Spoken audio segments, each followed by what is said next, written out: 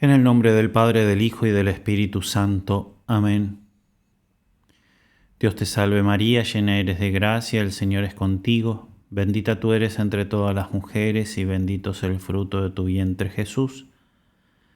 Santa María, Madre de Dios, ruega por nosotros pecadores, ahora y en la hora de nuestra muerte. Amén. Santo Tomás, ruega por nosotros. En el nombre del Padre, del Hijo y del Espíritu Santo. Amén. Bien, vemos ahora el capítulo 5. En este sexto video vemos el capítulo 5, funciones de la organización secundaria, el esquematismo. Y el primer punto de este capítulo 5, la organización de la experiencia, el esquematismo a priori, Kant.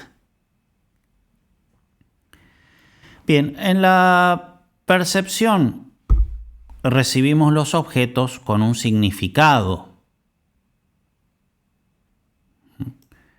O sea, hasta acá que en la organización primaria que tenemos, veo un color, una figura, siento un aroma, siento una dureza. Con el sentido común lo unifico en un objeto, ¿sí? Con el sentido común y la imaginación. Es el mismo objeto de ayer, es el mismo objeto que permanece, por más que la percepción dura varios segundos. Todo eso gracias al común, un objeto, a la imaginación que lo unifica también en el tiempo y demás cosas. Pero, ¿de dónde sale manzana? Manzana es un significado. Alimento, me sirve, son todos significados que evidentemente van más allá del trabajo de los sentidos externos y de los sentidos internos formales, como el sentido común y la imaginación. Entonces, en la percepción, el objeto no solamente es un objeto así que es uno y que tiene cualidades, sino que es un objeto que tiene un significado.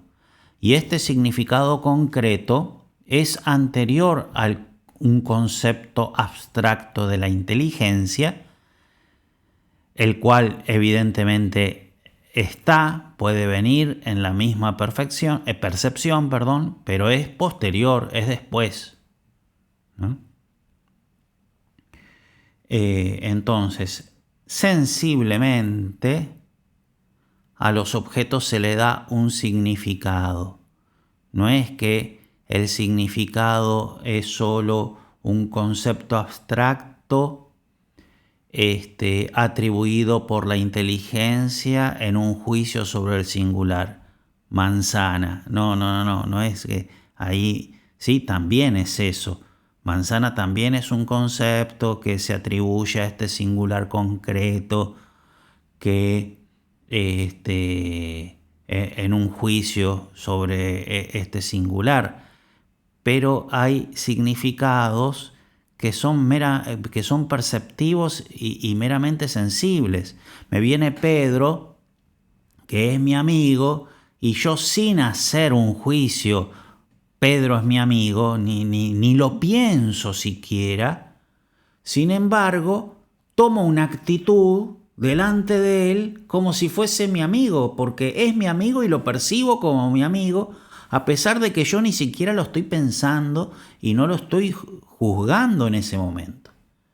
Entonces, hay todo un significado que es a nivel sensible que se da en el momento perceptivo, ¿no? Cuando yo veo a Pedro, que es mi amigo, lo percibo como amigo. Tomo toda una postura delante de él porque es mi amigo, pero no estoy conceptualizando amigo. Tampoco estoy haciendo recurso a la memoria para recordar hechos pasados y deducir que es mi amigo. Simplemente toda mi sensibilidad está ya preparada para captarlo como amigo. En cambio, en el subte a un desconocido, no. Tomo otro tipo de postura. Por más que al desconocido tampoco haga un juicio, diga, este no es mi amigo porque todavía no lo conozco. No, no. Son posturas perceptivas a nivel sensible, podemos llamar, ¿no? Se puede decir que mi sensibilidad tiene el hábito de captar a Pedro como amigo. Porque cuando viene Pedro ya tomo esa postura, sin ni siquiera pensarlo, ¿no? Me levanto, estoy todo despeinado, con lagañas en los ojos, todavía no puedo pensar coherentemente absolutamente nada. Veo a mi mamá y le doy un beso. Toda una postura, toda una percepción. La percibo como mamá, a pesar de que yo no estoy pensando, ¿no? Entonces es a nivel sensible, estamos absolutamente de acuerdo. No hago recurso a la memoria, no hay un trabajo. Mi sensibilidad está preparada para que cuando yo me enfrento a ese objeto la percibo como mamá. La percibo como mamá. Hay un significado sensible, perceptivo de mamá, y yo tengo el hábito de asignarlo a este objeto concreto. Fabro dice que nuestra sensibilidad se ha como solidificado gracias a experiencias pasadas, de modo tal de captar a Pedro como amigo. Esta solidificación se llama esquema perceptivo, ¿sí? Esquema perceptivo.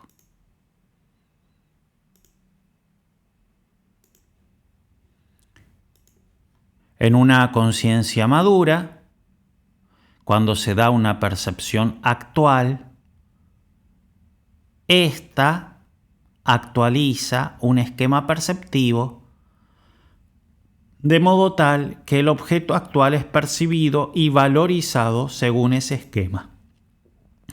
En una conciencia adulta, en el bebé que recién se abre los ojos por primera vez y ve un montón de colores, todavía no dice mamá, evidentemente, ¿no? Pero en una conciencia madura, cualquier objeto que se presenta actualiza un esquema perceptivo, de modo tal de que cualquier objeto, que se presenta, entra en un esquema perceptivo, de modo tal de que yo le doy un significado particular. A nivel perceptivo, insisto, ¿no? Estoy viendo la cámara, estoy viendo lo que sea, el celular, lo que sea, estoy viendo cualquier cosa, por más que yo no piense, no esté razonando y juzgando, igual entra, lo percibo con un significado.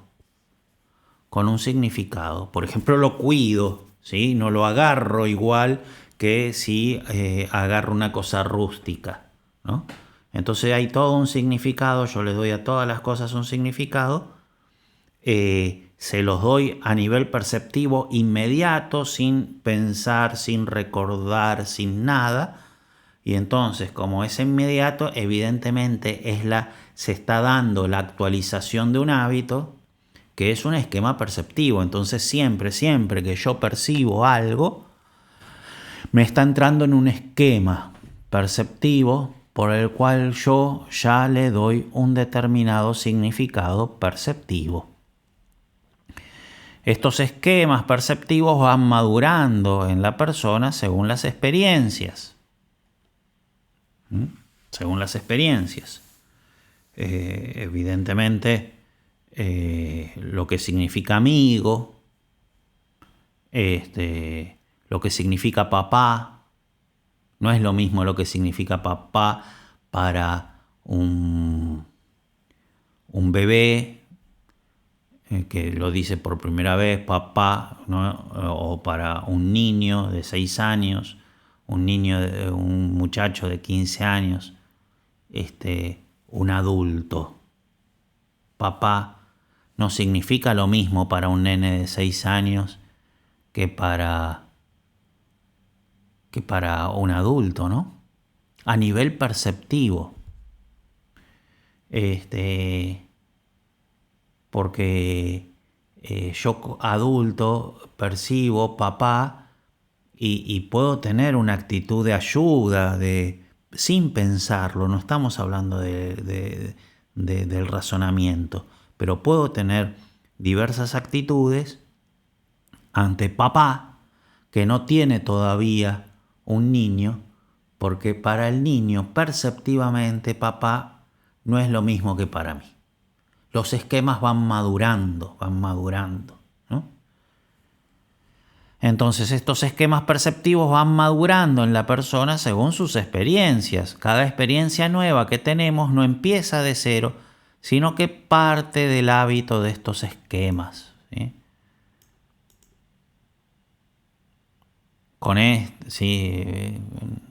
Bien, me parece que se entiende, ¿no? Cada vez que yo veo a mi mamá no empiezo de cero como cuando la vi por primera vez. Con estas observaciones fenomenológicas podemos decir, si estamos simplemente observando y describiendo, con estas observaciones fenomenológicas podemos decir que con la experiencia se forman hábitos que me permiten ver de modo inmediato los sensibles peráchidens en los per se. Los sensibles, me permite ver los sensibles peráchidens en los sensibles per se, porque en esos colores, en esa figura, yo veo mamá. Es gracias a hábitos perceptivos. Y estos hábitos perceptivos tienen cierta equivalencia con los esquemas kantianos, que estarán mal, pero tienen cierta equivalencia con los esquemas kantianos. ¿Qué equivalencia? ¿En qué consiste esta equivalencia de estos esquemas perceptivos con los esquemas kantianos? Bueno, en permitir la comunicación entre dos planos objetuales. En Kant eran las categorías y la experiencia sensible, ¿no? Como si todo orden lo aporta el sujeto y no viene de la experiencia para Kant, ¿no? Todo orden es el sujeto que ordena, no viene de la experiencia. ¿Qué es lo que me permite a mí, con qué derecho yo aplico la categoría sustancia? ¿Sí? La experiencia no tiene absolutamente ningún orden por el cual sustancia no me viene de la experiencia, la aplico yo. Y si de la experiencia no me viene ningún orden, ¿con qué derecho yo aplico sustancia y no accidente? ¿Con qué derecho aplico causa y no efecto? Si de la experiencia no me viene nada al respecto. Eso es lo que se pregunta Kant. Y entonces tiene esos dos problemas. Tiene la experiencia y la categoría. ¿Cómo los vinculo?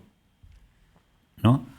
Entonces, permite la comunicación, el esquema perceptivo, la respuesta que da, la respuesta que da Kant es para vincular justamente la experiencia con la categoría, que son dos cosas que no son homogéneas para nada. Y sin embargo, él encuentra un nexo que es de alguna manera homogéneo a la categoría y de alguna manera homogéneo a la experiencia que está ahí en el medio.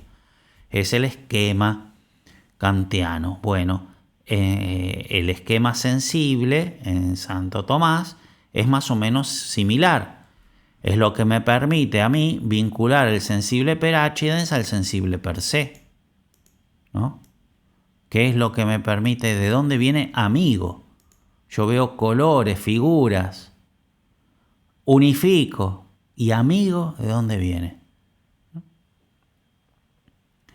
Entonces, así como Kant puede unir mediante el esquema kantiano la categoría con la experiencia, Santo Tomás puede unir con un esquema perceptivo, que ahora veremos cómo lo llama Santo Tomás, porque el esquema perceptivo evidentemente no lo llamó Santo Tomás, pero Santo Tomás los tiene. puede unir con su esquema perceptivo el sensible per accidens al sensible per se, mediante estos hábitos perceptivos, que se llaman esquemas. Estos hábitos perceptivos permiten aferrar los significados concretos. Aferrar el significado concreto de mamá, en mi mamá. Y en honor a Kant, que supo ver la necesidad de justificar la continuidad de los planos objetuales, son llamados esquemas perceptivos. ¿Por qué los llamamos esquemas? Que Santo Tomás no los llamó esquemas. ¿Por qué nosotros le ponemos este nombre de esquemas? Ponemos este nombre de esquemas en honor a Kant. Porque Kant supo expresar bien la necesidad de un nexo entre un plano objetual y otro. Kant, en todo un contexto errado, ¿no? En todo un contexto errado, pero en todo su contexto errado, supo ver esta necesidad de un vínculo entre un plano objetual y otro. La distinción de estos esquemas aristotélicos tomistas, que son los que hemos describido al principio, con aquellos kantianos, es que en Aristóteles y Santo Tomás el esquema surge con la experiencia, mientras que Kant tiene una naturaleza a priori. No sé si lo voy a decir más adelante, pero bueno, creo que sí, que lo voy a decir más adelante, entonces no lo adelanto. Entonces, en Aristóteles y en Santo Tomás, el esquema se forma con la experiencia, y como se forma con la experiencia, tiene valor objetivo. Es realmente mi amigo, y amigo es un valor objetivo del objeto, real. Pero yo de alguna manera con la experiencia he adquirido ese hábito para descubrir esa intención objetiva que está en el objeto. En cambio en Kant, no, en Kant es totalmente a priori. Para Kant lo vincula con la sensibilidad interior, con el tiempo, ¿no? Con la forma a priori del tiempo, ¿no? Entonces, si permanece en el tiempo, le aplico la categoría de sustancia, pero el tiempo también es a priori. Entonces, Kant no se ve obligado a salir del a priori, porque como juzga el tiempo como a priori también, entonces si permanece en el tiempo, que el tiempo es a priori, le aplico la categoría sustancia, que también es a priori. Si hay sucesión temporal, le aplico la categoría causa, sucesión temporal regular, ¿no? Y así, ¿no? Entonces él, con sus formas a priori de la sensibilidad, espacio y del tiempo, según la experiencia viene recibida en el espacio del tiempo, según esa recepción, es que se le aplica las categorías mediante el esquema perceptivo, mediante el esquema kantiano, ¿no? Pero para Kant sigue siendo a priori. Es a priori el tiempo, es a priori el esquema y es a priori la categoría de sustancia. Es todo a priori. En cambio, para Aristóteles y para Santo Tomás, el esquema perceptivo es a posteriori.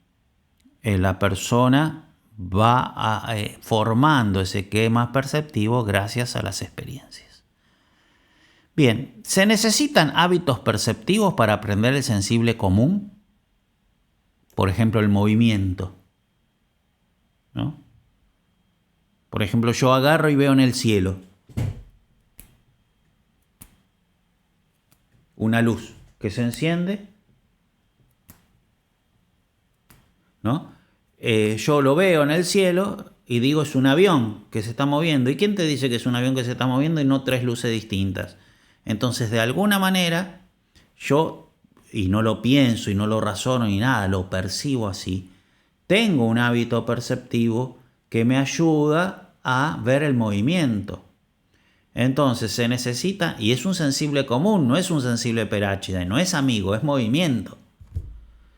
Entonces un sensible común que es simplemente la magnitud de un sensible per se.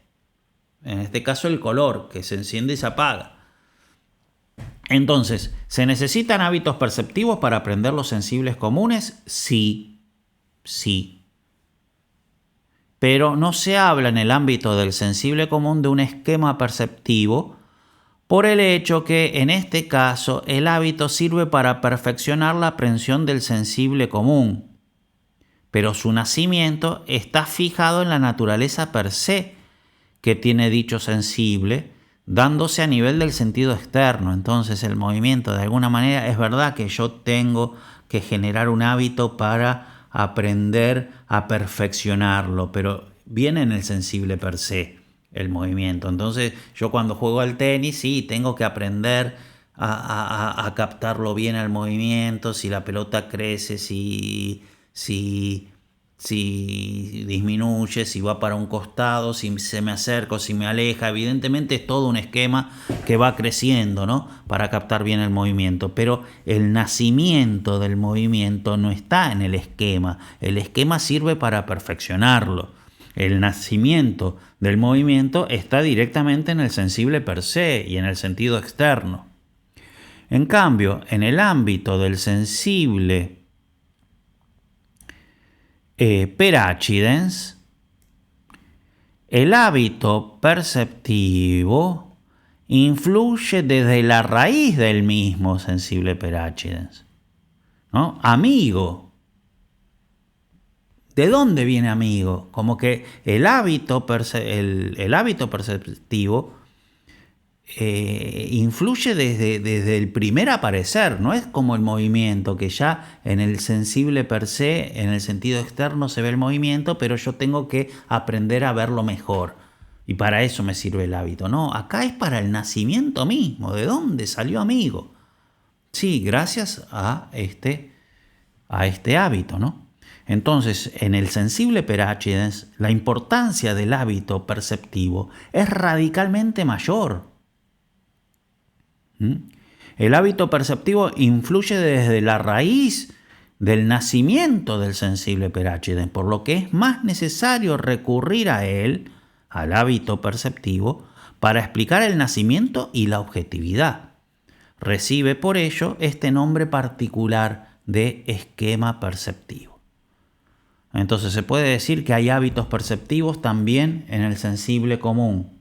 Sí, pero el hábito perceptivo en el sensible peraccidens es recontra super más importantísimo. De modo tal de que como es recontra super más importantísimo, se le da un nombre particular a ese hábito que es esquema perceptivo. Finalmente, como entre estructura y significado hay una mutua complementariedad, ¿sí? Yo tengo la estructura y a esa estructura le doy un significado, pero hay una mutua complementariedad. El esquema perceptivo tendrá su influjo también en la estructura e incluso en la percepción de las cualidades sensibles. Como por ejemplo, me doy cuenta más fácilmente que es verde cuando me doy cuenta que es una hoja de un árbol, ¿no? Me doy cuenta dónde termina el negro y el blanco cuando me doy cuenta que es el dibujo de una A. Entonces le doy el significado A y veo más fácilmente cuando termina un color y empieza el otro, ¿no? ¿Por qué? Porque hay toda una relación, justamente. Se trata de una organización secundaria en donde se capta toda una unidad del significado con la estructura. Y entonces el esquema perceptivo que me ayuda a darle un significado, veo una A, me ayuda a darle un significado, el esquema perceptivo. Entonces, como el significado influye en la estructura e influye en las cualidades, el mismo esquema perceptivo va a tener un influjo sobre, va a ayudar incluso al sentido externo, ¿no? Entonces yo dándole un significado lo veo mejor con los ojos. Bien, ¿cómo nace el esquema perceptivo? Para Kant, estos esquemas perceptivos son a priori. Para Kant son a priori la forma espacio-tiempo de la sensibilidad. Espacio es de la sensibilidad externa y tiempo de la sensibilidad interna. Son a priori también las categorías de la inteligencia, sustancia, causa. Hay muchas otras cosas que son fenoménicas, por ejemplo, rojo, perro, ¿no? Rojo no es a priori, perro no es a priori es sustancia, a priori es espacio, a priori es tiempo, pero no perro, ¿no? Hay muchas cosas que no son a priori en Kant, no es que todo sea a priori, hay muchas cosas que no son a priori.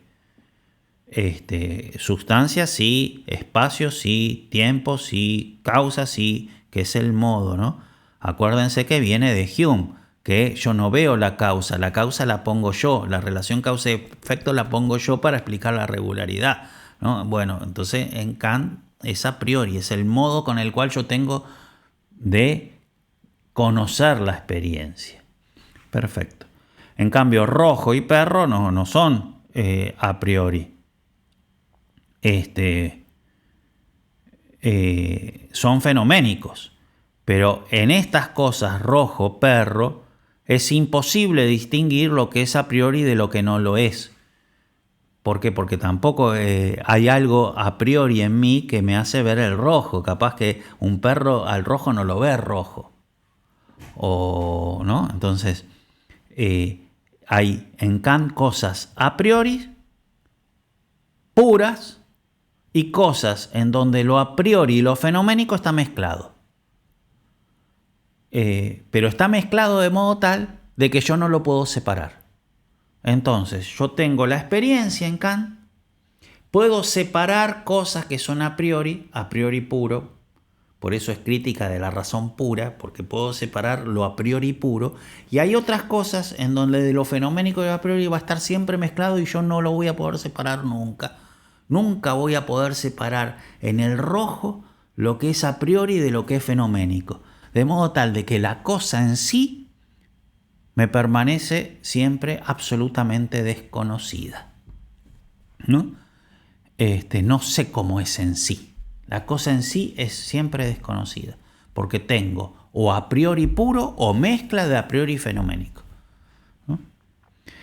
Bien, eso es Kant. Igualmente Kant se pregunta con qué derecho uno aplica una categoría y no otra si la categoría es absolutamente a priori y por ende no tiene continuidad con la experiencia. En la experiencia no hay nada de sustancia. Sustancia es a priori puro. ¿Y entonces por qué le aplico sustancia a esta experiencia? Bien, la respuesta que da Kant es el esquema perceptivo, que es un hábito de la sensibilidad interna vinculada con la forma a priori del tiempo. Así, por ejemplo, si permanece en el tiempo, aplico sustancia. Si hay sucesión regular en el tiempo, aplico causa, etc. Pero es claro que nuestro esquema perceptivo que permite el descubrimiento y la aplicación del sensible Peráchides, no la categoría intelectual, no la categoría que es intelectual. El esquema perceptivo es de la sensibilidad para nosotros y lo que nos permite es la aplicación del sensible Peráchides.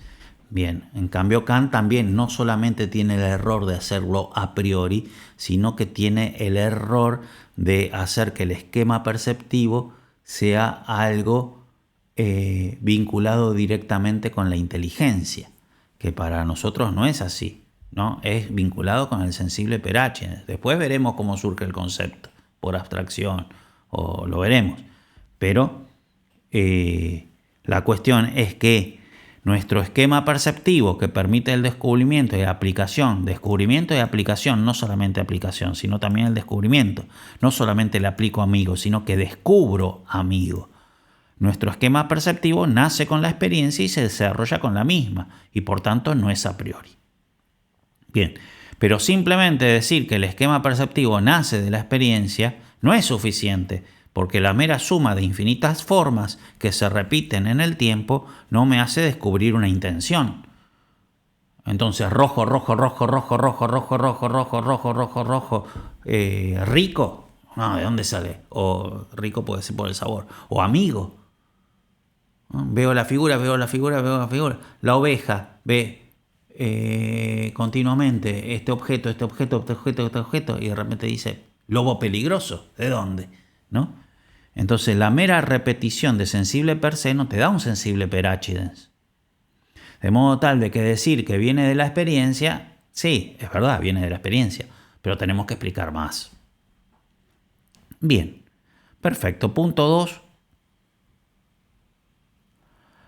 El esquematismo a posteriori. Fabro hace referencia a diversos autores, de los cuales por lejos el más importante es Piaget. Para la descripción fenomenológica del nacimiento de los esquemas, Fabro elige principalmente a Piaget. Según Fabro, la doctrina de Piaget, a pesar de estar emparentada con el empirismo moderado, es compatible con la de la doctrina de la cogitativa atomista y logra la descripción fenomenológica que no pudo hacer Aristóteles. Aristóteles también hace su descripción fenomenológica, pero indudablemente la de Piaget es superior. Bien, Piaget divide el desarrollo intelectual en 4 estadios, ¿no? El estadio sensorio-motor de 0 a 2 años, el estadio preoperatorio de 2 a 7 años, el estadio de las operaciones concretas de 7 a 12 años y el estadio de las operaciones formales a partir de los 12 años. Fabro hace notar que el progresar de un estadio a otro no se da en modo lineal, sino en modo circular por sucesivas profundizaciones, ¿no? Entonces, un estadio inferior se sigue profundizando con la aparición de un estadio superior. El primer estadio, el sensorio-motor, es el que, atención, porque todo eso está de acuerdo con lo que habíamos dicho, que el sensible per accidens después te ayuda a conocer mejor el sensible per se, ¿no? La descripción de Piaget. Bien, el primer estadio, el sensorio-motor, es el que le interesa a Fabro porque está relacionado con las funciones de la cogitativa que dan lugar al despertar de la inteligencia. Este primer estadio se divide a su vez en 6 subestadios. En el primero de ellos se comienza a actuar por reflejo, que igualmente no se trata de reflejos meramente mecánicos. El progreso de un estadio a otro se da por asimilación y acomodación. La asimilación implica el introducir la nueva experiencia en una estructura previa. La acomodación implica adaptar la estructura a la experiencia cuando esto sea necesario para lograr bien la asimilación. No porque vos tenés algo nuevo, lo metes en tu esquema perceptivo, pero capaz que no encaja bien en tu esquema perceptivo. Entonces, o de alguna manera tenés que hacer crecer ese esquema perceptivo para que empiece a encajar. ¿Sí? Mamá buena, mamá buena, mamá buena, pero le descubrí un pecado a mi mamá. Entonces, de alguna manera, hay que adaptar el esquema perceptivo. O generar un nuevo esquema perceptivo, ¿no? Pero la cuestión es que la experiencia se tiene que acomodar a un esquema. Entonces, asimilarse a un esquema. Entonces, si no se puede asimilar, hay que acomodar. Pero la asimilación se tiene que dar, no lo dejas en una cosa que incognoscible. Así, por ejemplo, a pesar de que el bebé comience a mamar por reflejo, se trata de un reflejo que va a ser acomodado según los frutos logrados en comparación a los instintivamente esperados. Es por eso que el bebé aprende a mamar cada vez mejor. A los reflejos se siguen las adaptaciones adquiridas y las relaciones circulares primarias propias del segundo subestadio. Estas reacciones circulares que aparecen en el segundo subestadio implican una conservación porque de alguna manera se relaciona de modo diverso ante un estímulo nuevo que ante un estímulo ya experimentado. Entonces se va descubriendo la novedad. En el tercer subestadio aparece una conducta activa. Se descubre la conexión entre el ver y el poseer el objeto. Hay coordinación de esquemas, aparecen las reacciones circulares secundarias y el bebé trabaja para la prolongación de las actividades interesantes, ¿no? Entonces ya es un pequeño científico el bebé. y va poniendo él a prueba el esquema y él va buscando, ¿no? En el cuarto subestadio, el bebé coordina los esquemas del estadio anterior, como ya lo había hecho en el tercero respecto al segundo. La intencionalidad es neta, descubriéndose la relación medio-fin. En los dos últimos subestadios se habla de experimentación activa e interiorización de las acciones. Cada estadio implica una coordinación de los frutos máximos del estadio anterior y un nivel de reacción circular. En toda la teoría de Piaget, nosotros podemos destacar lo siguiente. En Piaget se puede ver la presencia de esquemas perceptivos. De hecho, se aprende a ver los contenidos intencionales, es decir, se pasa de meros reflejos y conocimientos meramente formal a ver intenciones gracias a la experiencia adquirida, ¿no? Entonces, de alguna manera, por la reacción de satisfacción que el bebé encuentra en la experiencia, va cargando la experiencia de un significado. Las repeticiones son acumulativas, es decir, no se trata de repetir lo mismo, sino de incorporar lo repetido. Es así como se forma el esquema. Se pone a prueba los esquemas y se mejoran. Sí, de alguna manera aprendió a mamar, pero lo va mejorando, ¿no? Entonces va, ¿no? No se trata de una simple asociación, sino de una valorización del esquema. El esquema se valoriza. Los esquemas tienen una historia. Se ve en el hecho de cómo funcionan y cómo evolucionan. Esto va en contra de la Gestalt Theory, que niega el trabajo asimilativo del sujeto. En esta teoría se aplican las acomodaciones que se hacen al esquema perceptivo para el desarrollo y corregirlo y corrección a las nuevas experiencias, o incluso para hacer aparecer algo nuevo. Biológicamente, los organismos se adaptan a las circunstancias del ambiente porque ya tienen una organización previa. Del mismo modo, a nivel cognitivo, la inteligencia aprende un nuevo dato gracias a funciones de coherencia que insertan el nuevo dato en un sistema de coherencia previa. En Kant, las categorías son a priori y el esquema también a priori permite la aplicación de la misma a la experiencia. En las categorías son a priori y el esquema, que es también a priori, permite la aplicación de la misma a la experiencia. En Piaget, el contenido intelectual es la causa final del desarrollo del esquema. O sea, el desarrollo del esquema es muy interesante, cosa que vamos a ver también en Aristóteles. El esquema se va desarrollando y tiene como causa final un contenido intelectual. Entonces, de alguna manera, si yo voy desarrollando un esquema, me ayuda, bien, está bien, bien, estoy bien, amigo, ya perceptivamente, estoy contento cuando viene todo, y después el concepto, ¿no?, de amistad y de amigo. Bien, entonces tiene como causa final un contenido intelectual el desarrollo del esquema. La fuerza vital lleva al deseo de conocer y al desarrollo de los esquemas. Es muy importante el surgir de nuevas necesidades en el niño. El esquema perceptivo se pone a prueba según el cumplimiento de los objetivos. La valorización de estos resultados implica el conocimiento intencional. Una vez formado el esquema, este se puede poner en acto por cualquier elemento del mismo, una vez que el esquema se forma. Me pongo contento con solo escuchar los pasos de mi madre que se acerca. Entonces, ¿no?, una vez que vos ya tenés el esquema, en el esquema perceptivo hay reunidos en el significado ese un montón de cualidades per se, un montón de cosas, y entonces yo escucho tic, tic, tic, tic, tic, tic, ese ruido, y ya me pongo contento perceptivamente. No es que estoy razonando, perceptivamente ya me pongo contento porque es mi mamá que se acerca a darme un regalo, ¿no? Entonces se activa el esquema perceptivo, percibo todo el coso por un elemento periférico del mismo. Bien, en conclusión, al contenido meramente formal se le suman las necesidades del bebé. Según la satisfacción que el bebé encuentra, le agrega a estos contenidos formales las intenciones. Para agregar dichas intenciones, en un principio absolutamente desconocidas, es necesario fijar la relación forma-satisfacción mediante un esquema. Ejemplo, el bebé llora porque tiene hambre. Aparece unos colores, no tiene más hambre. La experiencia se repite con tal fuerza que queda fijado un esquema perceptivo que le lleva al bebé a conocer la intención mamá.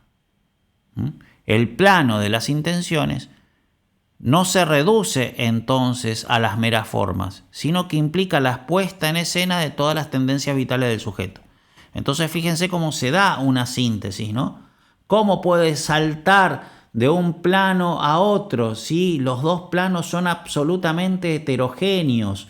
¿Cómo salto de la forma al significado? Porque a la forma se le une a modo de síntesis todas las expectativas, todas las ansiedades, todas las necesidades del sujeto. Y entonces, al relacionar forma con necesidades, en una aprehensión sintética, siempre que aparecen estas formas, se sacian con estas necesidades, se le da un significado que tiene valor objetivo, porque realmente estas formas satisfacen estas necesidades. No es subjetivo, no es inventado por el sujeto, es descubierto por el sujeto, pero gracias a experiencias subjetivas. Igualmente se salva absolutamente la objetividad del conocimiento, sea porque la relación de la cosa con el sujeto es objetiva, sea porque las reacciones en el sujeto le permiten al mismo descubrir las intenciones que son del objeto. Bien, y en tercer lugar, la teoría aristotélica. Vista la fenomenología, tratamos de ir rapidísimo. Ya llevamos 41 minutos. Vista la fenomenología del esquema, muestra Fabro ahora su fundamento, es decir, cómo pueden operar e interactuar las potencias cognitivas para la aparición del esquema. Lo hace siguiendo Aristóteles. Entonces ahora vamos a ver cómo toda la descripción fenomenológica que hicimos nosotros al principio de la necesidad del esquema y todo lo que aporta Piaget de cómo se van dando los esquemas, coincide con toda la teoría aristotélica de la cogitativa. El inteligible y el sensible per accidens están íntimamente relacionados. La inteligencia traduce en modo universal lo que el sensible per accidens presenta en concreto. Mamá, amigo, etc. serán inteligibles y sensibles per accidens dependiendo de a qué facultad nos refiramos. Entonces, él saca el sensible per accidens mamá y de alguna manera la inteligencia lo prende intelectualmente. De alguna manera lo universaliza como concepto. De modo tal de que los conceptos son universalizaciones intelectuales de los sensibles per accidens. Al menos los conceptos sencillos. Después la inteligencia sí tiene la capacidad de combinar conceptos y generar nuevos conceptos que están de alguna manera separados, ¿no? Entonces yo puedo tener la conceptualización de lo que es un protón del núcleo de un átomo, ¿sí? Y no es que realmente lo vi. De alguna manera lo descubro, sí, perfecto. Pero bueno, la inteligencia después puede combinar conceptos y se mueve libremente y hace la ciencia, eso sí, es verdad. Pero en los conceptos más primitivos y esenciales es la traducción al inteligible de la experiencia sensible. Y entonces mamá, el bebé, la primera vez que dice mamá, conceptualizado ya, pero lo sacó de un esquema perceptivo. Después sí, así como se pueden combinar conceptos y generar nuevos conceptos ya separados, más abstractos de la experiencia sensible, también se pueden perfeccionar mediante la inteligencia y la ciencia esos conceptos, pero en su raíz, eso es lo importante, en su raíz, los conceptos, los primeros conceptos, incluso dirá Fabro y también Aristóteles y Santo Tomás, los primeros principios salen de esquemas perceptivos. Entonces, como los primeros principios, como los primeros conceptos salen de los sensibles per accidens, toda la teoría del nacimiento del inteligible va a estar vinculada a la teoría del nacimiento del sensible per accidens, porque los primeros conceptos son traducciones al inteligible del sensible per accidens. Entonces, ¿qué tenemos que hacer? Ir a Aristóteles y ver cómo explica el nacimiento del inteligible. ¿Por qué? Porque como el inteligible está pegado al sensible per accidens en los primeros inteligibles, entonces la teoría aristotélica del nacimiento inteligible va a ser la teoría del nacimiento del sensible per accidens. Bien, ¿y cómo explica Aristóteles el nacimiento del inteligible? Mediante la inducción. Son 3 los lugares principales en donde Aristóteles habla de inducción. Los primeros analíticos del libro 2, capítulo 23, se estudia la inducción como silogismo lógico. En los segundos analíticos, el problema planteado no es ya de orden lógico, sino nociológico. La inducción es un proceso que nos permite llegar, antes que cualquier razonamiento, al conocimiento de los principios que se usarán en los razonamientos. En este proceso colaboran sensibilidad e intelecto, la sensibilidad con una especie de segregación de actos y el intelecto con una especie de intuición. Top. Se dan cuenta que acá está la cosa, acá está la papa. Segregación de actos, la sensibilidad, y después con una intuición que se da la abstracción del sensible per accidens, ¡pum!, la traducción al intelectual. Indudablemente es el texto del segundo analítico el que más nos va a interesar. Y después en los tópicos, la inducción es definida como la marcha del singular al universal. El singular estaría vinculado a la sensación y el universal al intelecto. También los tópicos nos interesan. La inducción sería un conocimiento que va de la sensación a lo intelectual. Igualmente en otros pasajes, tópicos 2, la inducción parte no del singular sensible, sino de las especies últimas, siendo la inducción un proceso que se coloca enteramente dentro del intelecto. Entonces, velozmente, parecería entonces que inducción en Aristóteles se pueden entender 2 cosas. A, un modo que tiene el mismo intelecto de elevarse a conocimientos más universales a partir de conocimientos más particulares, pero todo un proceso que se da dentro del intelecto. Y B, un proceso por el cual se puede pasar del conocimiento sensible a intelectual. Aristóteles trata entonces el nacimiento del inteligible con 2 doctrinas diversas. Una, la teoría de la abstracción, ¿sí? El fantasma, el intelecto agente, el intelecto posible. Y otra, la teoría o la doctrina de la inducción, que de alguna manera la repetición de experiencias te hace llegar al universal. Son 2 teorías distintas, abstracción e inducción. En el tomismo, las 2 teorías se juntaron como complementarias. La abstracción haría referencia a los principios metafísicos involucrados, la inducción al proceso psicológico. Entonces se da un repetir de experiencias hasta que de repente aparece el sensible per accidens. Una vez que aparece el sensible per accidens, es el fantasmita, el intelecto agente lo ilumina y en el posible la especie impresa. Entonces, en el tomismo, es toda una discusión acerca del aristotelismo, si para Aristóteles era realmente las 2 doctrinas, ¿verdad? Hay toda una discusión que nunca se va a terminar en la vida, pero el punto es que Santo Tomás agarra las 2 doctrinas y la unifica, ¿no? En el tomismo, las 2 doctrinas, ¿sí? Todo el proceso, la descripción psicológica, de que va repitiendo hasta que le da un valor por las experiencias y todo, ¿sí? Y ese valor viene de alguna manera iluminado por el intelecto agente y se conceptualiza. Entonces toda la inducción y la abstracción se juntan las 2 en una sola doctrina, ¿no? La abstracción haría referencia a los principios metafísicos y la inducción al proceso psicológico. Fabro, por su parte, sostiene que el proceso de inducción, entendido como paso del conocimiento sensible al conocimiento intelectual, es equivalente a los esquemas descritos por Piaget. Antes que nada, Fabro hace notar que lo que se pregunta Aristóteles es cómo llegamos al conocimiento de los principios universales.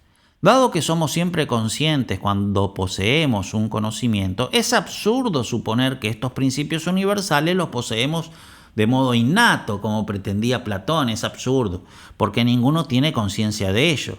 Si no son innatos los conceptos, y está hablando particularmente de los primeros principios, ¿no? No se puede ser y no ser al mismo tiempo, ¿no? Los primeros principios, si no son innatos, debe venir de un conocimiento previo, pero no pueden estos principios derivar de otros principios porque se procedería al infinito. La única solución es que los principios universales deriven del conocimiento sensible. ¿Cómo? Descripción de Aristóteles, ¿eh? Los animales más perfectos retienen las impresiones pasadas, de modo tal que el conocimiento no está limitado al presente, sino que asume también el pasado para disponerse al futuro. Es así que en el hombre muchas sensaciones, este es Aristóteles, en el hombre muchas sensaciones hacen una memoria y muchas memorias llevan al experimentum. Bueno, estamos en 51 minutos, me tomo la libertad de decir como lo hacía Aristóteles. Aristóteles, el ejemplo que pone es de la línea defensiva. Supongamos que estamos en una batalla, es el ejemplo que da Aristóteles. Supongamos que estamos en una batalla y nos revienta, entonces salimos corriendo, salimos todos corriendo para atrás y viene el ejército enemigo que te persigue, y uno corre de nosotros, uno corre más rápido, otro menos rápido, todo, entonces nos recontra desarmamos, ¿no? Y entonces, como en el Pac-Man, el ejército enemigo te empieza a comer los que va encontrando, glu, glu, glu, glu, glu, glu, y te revienta todo. Hasta que de repente uno dice, no corro, se da vuelta y enfrenta, pero es uno solo, lo revienta. Y después de repente no se da vuelta uno solo, se dan vuelta dos juntitos y lo revientan también. Y de repente se dan vuelta tres y también los revientan. Pero hasta que de repente se dan vuelta y se establece una nueva línea defensiva y se reorganiza la batalla. Así nace el inteligible. Esa es la inducción de Aristóteles, la descripción que da. Entonces, de alguna manera, las experiencias por algo se unifican. ¿Por qué se unifican en realidad? Y se unifican por la satisfacción que provoca, ¿no? Por las intenciones. Pero de alguna manera las experiencias se unifican y bien. Y así nace el inteligible.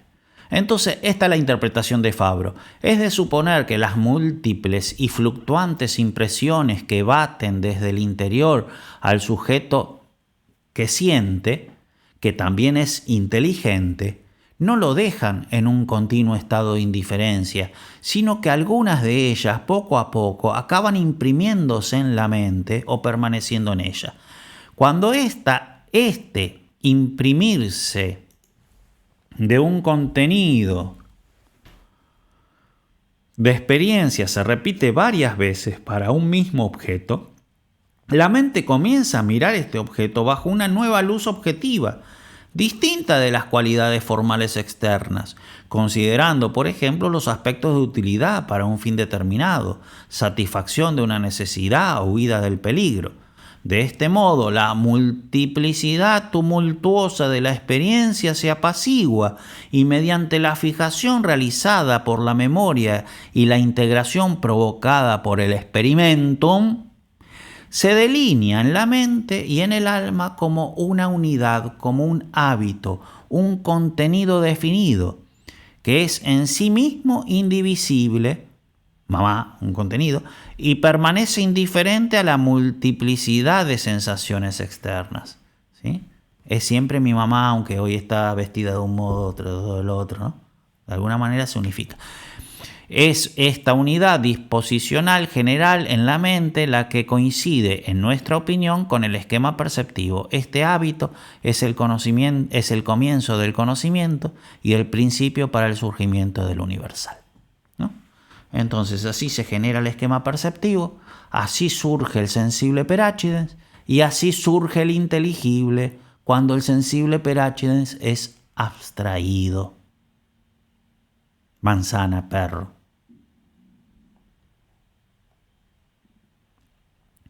Bien, como conclusión general en lo que se refiere a los esquemas, podemos decir que los esquemas cumplen una función unificadora que incluso ayuda a la percepción de la Gestalt y de las cualidades, o sea, de la unidad, de la estructura y de las cualidades, percibiendo, por ejemplo, la cosa con el mismo color a pesar de las variaciones de luminosidad.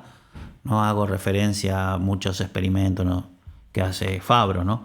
Pero, por ejemplo, vos agarrás y pones una cosa negra en el sol y pones una cosa blanca en un cuarto en penumbra, y objetivamente, si vos medís la luz, te llega más luz del negro que está en el sol que del blanco que está en penumbra. Y sin embargo, vos al blanco en penumbra lo ves blanco, más clarito, y al negro en el sol lo ves negro, más oscuro. ¿Por qué? Porque de alguna manera no es simplemente la cantidad de fotones que te llega a los ojos, sino que hay todo un esquema, ¿no? Bien. Entonces todo el esquema perceptivo te ayuda a la estructura e incluso a las cualidades. El esquema surge necesariamente de la experiencia, justamente porque lo que viene unificado en el esquema son las mismas experiencias. Fabro aplica el experimentum aristotélico no solo al nacimiento de universal, sino también al de los primeros principios. Estos, los primeros principios, nacen entonces a partir de intuiciones sensibles. Finalmente hacemos notar dos cosas. Al desarrollo del pensamiento y del sentir se realiza el desarrollo del pensamiento y del sentir se realizan en modo paralelo y no en modo lineal. Crece a modo de espiral ascendente, ¿no? No es que sensibilidad, ¡puc!, y después inteligencia, ¡puc!, no. Sino que la sensibilidad va creciendo hasta que forma el esquema perceptivo, y el esquema perceptivo adquiere una determinada fuerza tal que se logra la abstracción del universal en la inteligencia, pero esa abstracción universal de la inteligencia va a ir ayudando al esquema perceptivo, y el esquema perceptivo va a ir ayudando a la estructura, que va a ir ayudando a las cualidades, y va a ir de nuevo, ¿no? Entonces se va todo perfeccionando y perfeccionando y perfeccionando. Bien, las esencias de las cosas se conocen por experimentum, o lo que es lo mismo, por abstracción. Igualmente es necesario notar que los contenidos de la esencia se profundizan gracias a los juicios. E incluso en algunos casos algunas esencias son deducidas más que abstraídas, ¿no? Las esencias más complicadas. Átomo. El átomo fue más que lo dedujeron los griegos, que existían los átomos. No es que no es como manzana, no es como mamá, ¿no? Entonces es así. Y explicamos, adquirido el universal metafísico, se puede pasar al universal lógico. Y después, dentro del ámbito del razonamiento científico, se puede descubrir nuevas esencias. El hábito científico provoca también nuevos esquemas. El esquema sirve para el nacimiento del universal, pero la inteligencia puede acomodar los esquemas con un trabajo reflexivo, de modo tal que se tendrán intuiciones sensibles gracias a los conocimientos intelectuales. Así, por ejemplo, un médico con experiencia podrá incluso percibir, no deducir, percibir algunos síntomas desapercibidos para una persona que no tiene esa ciencia y esa práctica médica. Bien, hasta acá el capítulo 5. En el nombre del Padre, del Hijo y del Espíritu Santo. Amén.